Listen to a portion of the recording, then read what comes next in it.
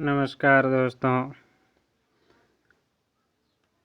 आज के भाग में हम प्रश्नोत्तर करेंगे। कक्षा 10वीं की पुस्तक है जिसके 5वें पाठ के अध्याय 5 राजस्थान की चित्रकलाएं और लोक कलाएं प्रश्नोत्तर करेंगे। तो प्रथम प्रश्न देखते हैं 5वें अध्याय का। पिछवाई चित्रांकन किस शैली की विशेषता है, यानी पिछवाई चित्रांकन है वो कौन सी चित्र शैली की विशेषता है। तो ये हमने विस्तार से पढ़ा। ये पिछवाइया है, ये नाथ द्वारा चित्रशैली की है विशेषता है। दूसरा है बनी ठनी किस चित्रशैली से संबंधित है। एग्जाम का सबसे पसंदीदा सवाल रहा है, तो बनी ठनी किशनगढ़ से संबंधित है। तीसरा है जमुनादास, छोटेलाल, बक्साराम व नंदलाल चित्रकला की किस शैली से संबंधित है। ये चित्रकारों के नाम दे रखे हैं। ये चित्रकार कौन सी चित्र शैली से संबंधित है। तो ये बक्सालाल है, छोटेलाल है, बक्साराम, छोटेलाल, जमुनादास, नंदलाल, ये अलवर चित्रशैली से संबंधित है। चौथा सवाल है जयपुर राज्य के उस कारखाने का नाम बताइए जहाँ चित्रकार चित्र और लघु चित्र बनाते थे। चित्रकार क्या करते थे, चित्रकारी करते थे। जयपुर का वो कारखाना जिसका नाम क्या था ये आपको बताना है। तो उसका नाम था सूरत खाना। पक्षियों को महत्व देने वाली शैली, तो पक्षियों को महत्व देने वाली शैली है बूंदी शैली। बेहद ही इम्पोर्टेंट प्रश्नोत्तर है ये। आइए अगले पेज पे चलते हैं। छठा सवाल है सांझी का संबंध किस देवी से है। सांझी पूजन भी किया जाता है और तरह तरह के रेखाओं द्वारा चित्रांकन किया जाता है। तो सांझी का चित्रांकन है वो कौन सी देवी से संबंधित है, तो पार्वती से संबंधित है। सातवां है फड़ वासन का कार्य कौन करता है। तो कालवेली ये नृत्य करते हैं। बंजारे व्यापारी जाति है। भोपे हैं ये फड़ वासन का कार्य करते हैं। मांगीलाल मिस्त्री प्रसिद्ध है। मांगीलाल मिस्त्री है ये किस क्षेत्र में प्रसिद्ध है। तो मांगीलाल जी है ये किस में है, कावड़ बनाने के बेहद ही निपुण कारीगर है। नौवां है फड़ से संबंधित श्रीलाल जोशी किस जिले के निवासी हैं। तो श्रीलाल जी जोशी शाहपुरा भीलवाड़ा के निवासी है। ये फड़ से संबंधित है। फड़ से संबंधित एग्जाम सोजत 10वां सवाल, 10वां एवं अंतिम जो अपना ऑप्शनल सवाल है इसमें सोजत क्यों प्रसिद्ध है या किसके लिए प्रसिद्ध है। तो सोजत मेहंदी के लिए प्रसिद्ध है और उसे सोजत की मेहंदी को जीआई टैग भी प्राप्त है। अगला है चित्रशाला का परिचय दीजिए। यही है ना आपका सवाल है, चित्रशाला का परिचय दीजिए। प्रथम सवाल आपको एक या दो लाइन में उत्तर देना है। चित्रशाला का परिचय दीजिए। तो चित्रशाला के बारे में हमने देखा, चित्रशाला किसने बनवाई थी और कौन सी शैली से संबंधित है चित्रशाला। तो देखो चित्रशाला का निर्माण राव उमेद सिंह के समय में हुआ था और ये किससे संबंधित है, बूंदी शैली से संबंधित है। राव उमेद सिंह के समय हुआ। राव उमेद सिंह का जंगली सूर का शिकार करते हुए बनाया गया चित्र 1750 का यहाँ का प्रसिद्ध है। ये चित्रशाला हो गई। दूसरा है बूंदी शैली की कोई दो विशेषता ही बताई, यानी बूंदी चित्रकला की दो विशेषताएं आपको बतानी है। तो आप देख सकते हो बूंदी चित्र शैली की आकृतियाँ लंबी है, शरीर पतले हैं, स्त्रियों का दर लाल है, मुख गोलाकृत है, चिबुक पीछे की ओर झुकी हुई छोटी छोटी है, यानी ये बूंदी चित्रकला क्या है, विशेषता है। तीसरा है राजस्थान में उपलब्ध सर्वाधिक प्राचीन चित्रित ग्रंथ कौन सा है। राजस्थान में उपलब्ध है सर्वाधिक प्राचीन चित्रित ग्रंथ कौन सा है। इन्हें हमने पाठ के आरंभ में ही पढ़ा था कि राजस्थान का सर्वाधिक प्राचीन उपलब्ध चित्रित ग्रंथ है वो 1060 ईस्वी का है और उस चित्र का आपको नाम भी बताना है और नाम है उसका अधो निरुक्त वर्ती। और दूसरा एक और चित्र है जिसको वैकालिक सूत्र सूर्णी जैसलमेर भंडार में ये दोनों उपलब्ध है। नासिर दीन कौन था, निसार दीन कौन था। निसार दीन, तो निसार दीन कौन सी शैली से संबंधित था, क्या आप बता सकते हो। निसार दीन कौन सी शैली से संबंधित था। तो आइए देखते हैं निसार दीन कौन था।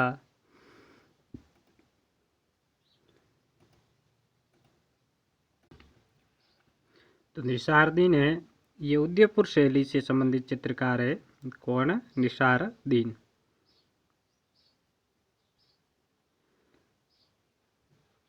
अगले हैं पिछवाइयों से आप क्या समझते हैं। अभी हमने देखा पिछवैया क्या है, नाथ द्वारा की चित्रशैली से संबंधित है। तो आप क्या समझते हैं पिछवैया। तो बड़े आकार के कपड़े के पर्दे पर बनाए गए चित्र ही क्या है, पिछवैया कहलाते हैं। अगला सवाल 6, प्रश्न संख्या 6 है, जिसमें आपको सुमिलित करना है। एक तरफ लोक कला दे रखी है और संबंधित सामग्री दे रखी है। तो आइए देखते हैं। पाने, पाने किस पे बनाए जाते हैं। तो पाने कागज पे बनाए जाते हैं। देवी देवताओं के बड़े चित्र जो कागज पे बनाए जाते हैं उसे क्या कहते हैं, पाने कहते हैं। 12वां सवाल आपका, इसका उत्तर यही मिल गया आपको। पाने क्या है, तो कागज के ऊपर देवी देवताओं के बड़े बड़े चित्र बनाना ही क्या है, पाने। फड़, फड़ कपड़े के ऊपर बनाई जाती है। मांडना, मांडने रंग से बनाए जाते हैं। और कावड़ है वो किससे बनाई जाती है, लकड़ी से, जो मांगीलाल मिस्त्री का नाम आया, ये भी हमने देखा। प्रश्न संख्या 7, सांझी पूजा किस समय की जाती है। सांझी पूजा है वो दशहरे के पर्व पर की जाती है। गोड़लिया से आप क्या समझते हैं। गोड़लिया के बारे में अपने को विशेष रूप से इस पाठ में दिया गया है। ये गाड़ोलिया लोहार होते जाति होती है वो अलग है। ये गोड़लिया, गोड़लिया से आप क्या समझते हैं। तो आइए किताब में जैसे दे रखा है वैसे ही देखते हैं अपन। तो ये है गोड़लिया।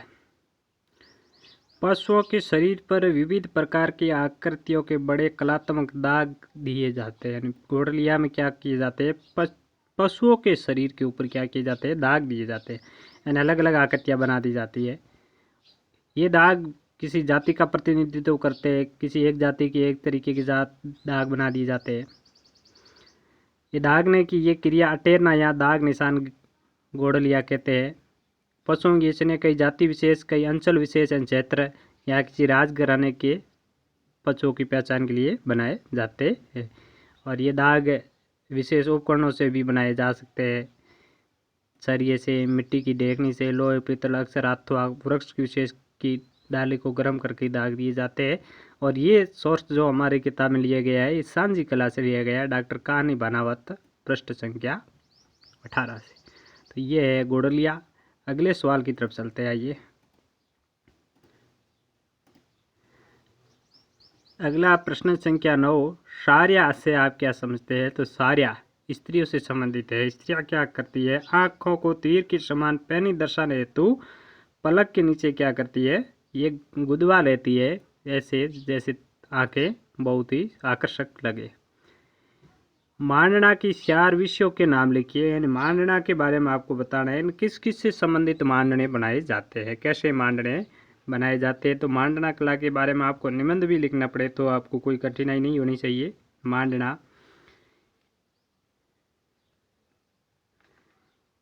यानी पूजा स्थल पर अंकित किए जाते हैं, जैसे घर की देहरी पर, चौखट पर, आंगन पर, सबूतरों पर, शौक पर, घड़ा रखने के स्थान पर, पूजा स्थल पर ऐसी मांडने बनाए जाते हैं। जैसे कि गलीसा, मोर मोरनी, गमले, कलिया, बंधनवार, बच्चे के जन्म पर गलीसा, फूल, स्वास्तिक, रक्षाबंधन पर श्रवण कुमार, गणगौर पर गुणों यानी एक मिठाई का जोड़, घेवर लेरिया, तीज पर घेवर लेरिया, शौक, फूल, बगीचे विशेष रूप से क्या किए जाते हैं, बनाए जाते हैं। सांझी पूजा कितने दिन की जाती है। तो सांझी पूजा है वो कितने दिन की जाती है, हमने विशेष रूप से देखा 15 दिन की जाती है। कितने दिन की जाती है, 15 दिन।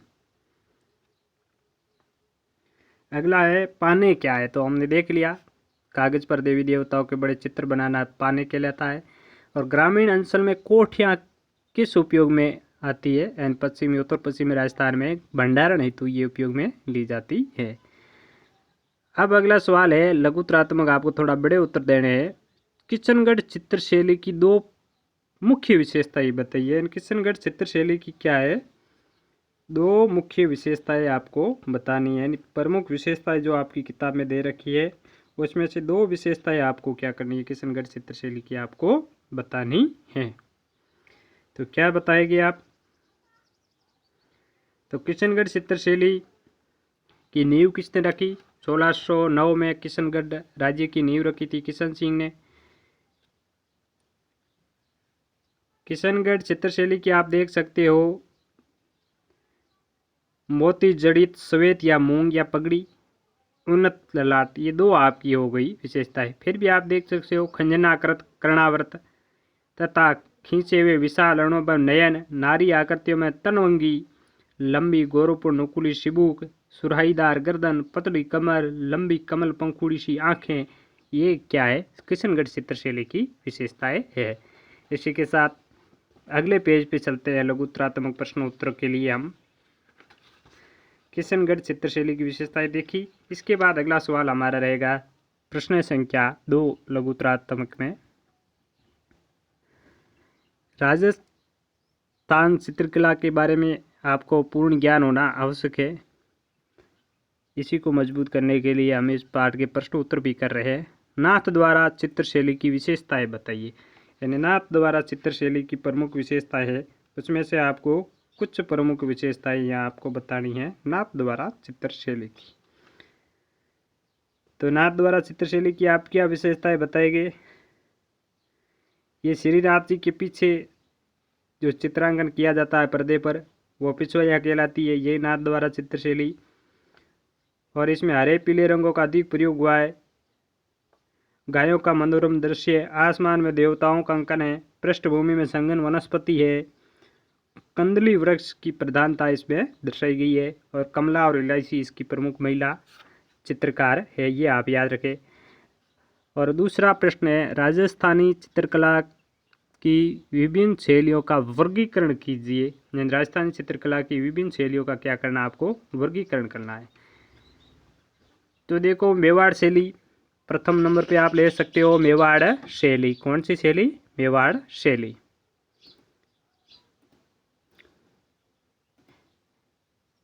जो पुस्तक में ये वर्गीकरण दे रखा है, ये आपको पूरा ही क्या करना है, नोट कर लेना है।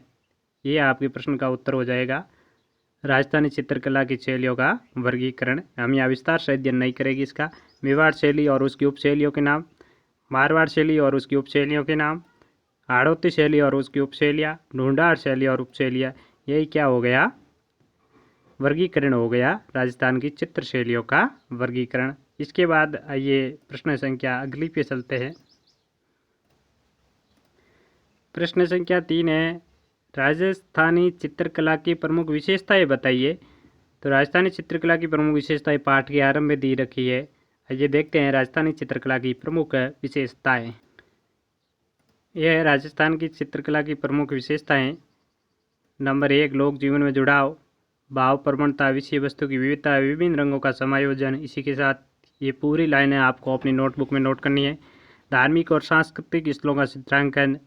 फिर राजस्थान चित्रकला यहाँ के महलों, किलों, मंदिरों के हवेलियों का दिख दिखाई देता है। और राजस्थान चित्रकला में विभिन्न रीतों में श्रृंगारिक चित्रण, उनके मानव जीवन पर पड़ने वाले प्रभावों का भी अंकन किया गया है।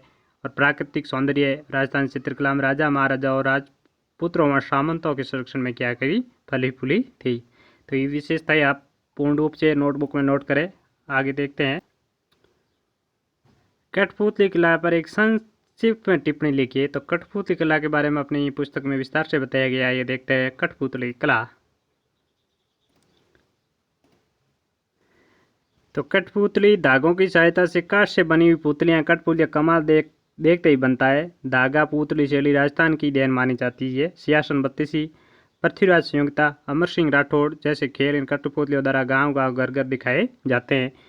सन 1965 में रोमानिया में आयोजित तृतीय अंतर्राष्ट्रीय कठपुतली समारोह में उदयपुर के भारतीय लोक कला मंडल के कलाकारों ने राजस्थान की इस कला में विश्व का प्रथम पुरस्कार प्राप्त करते हल्का मचा दिया था। ये था कठपुतली कला के बारे में।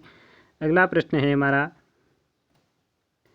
निबंधात्मक प्रश्न उत्तर पे आते हैं। राजस्थानी चित्रकला की विभिन्न शैलियों की विशेषताओं का वर्णन कीजिए।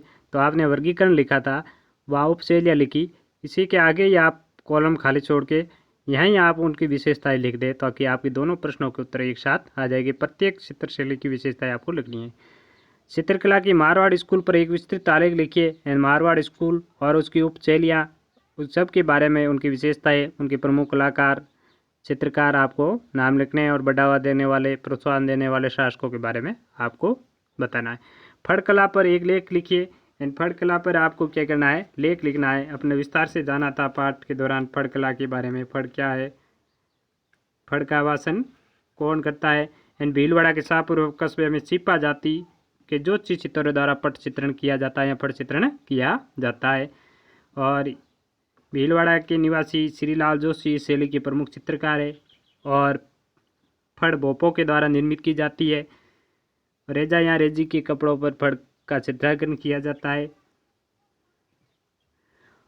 और महापुरुषों लोक देवताओं की जीवनी का भाषण करते हुए उनकी यशोगान की गाथाएं ये फड़ है। आपको विस्तार से लिखना है। कावड़ के विभिन्न विषयों का उल्लेख करते इस कला पर प्रकाश डालिए। फड़ के बाद आपको कावड़ के बारे में बताना है। कावड़ क्या है, तो कावड़ बनाना चित्तौड़गढ़ जिले के बच्ची गांव के खेरादियों का पुश्तैनी व्यवसाय है। ये पहले आपका लाइन हो जाएगी। और मांगीलाल मिस्त्री कावड़ के विख्यात मिस्त्री हैं, कलाकार हैं। और कावड़ एक मंदिरनुमा काष्ठाकृति होती है, लकड़ी का मंदिर होता है। और इसके जैसे जैसे कपाट खुलते हैं कथा के साथ ही वैसे वैसे इनकी कथा आगे बढ़ती है। इनमें कावड़ में महाभारत, रामायण, कृष्ण लीला की विभिन्न चरित्रों की विभिन्न घटनाओं का विवरण होता है। साथ ही शनि, हनुमान, ब्रह्मा जी, लक्ष्मी, गरुड़, लोक देवी देवताओं जैसे पाबू जी, रामदेव जी, हरिश्चंद्र, गोपीचंद, भागीरथी, भरथरी के कथानुसार कावड़ चित्रित किए जाते हैं। तो ये कावड़ के बारे में हो गया। इसके बाद आपको क्या करना है, अपने आसपास के क्षेत्र में गोदना गुदरने व्यक्ति से मिले तथा गोदने के विभिन्न विषयों को सारणी तैयार करें। ऐसा कोई है तो आप उनसे जानकारी प्राप्त करें। कल्पना करें आप एक लड़की हैं, 15 दिन की अपनी शादी पूजा के बारे में अपनी सहेलियों को बताएं। अगर आपको शादी पूजन करना है तो आप कैसे करेगी। आपको एक लड़की मानते हुए आप इनका विस्तार से लेख लिखें और बताएं, चर्चा करें। तब तक के लिए धन्यवाद। जय हिंद, जय भारत। लाइक, सब्सक्राइब और शेयर अवश्य कीजिए। अगले पार्ट में फिर मिलते हैं।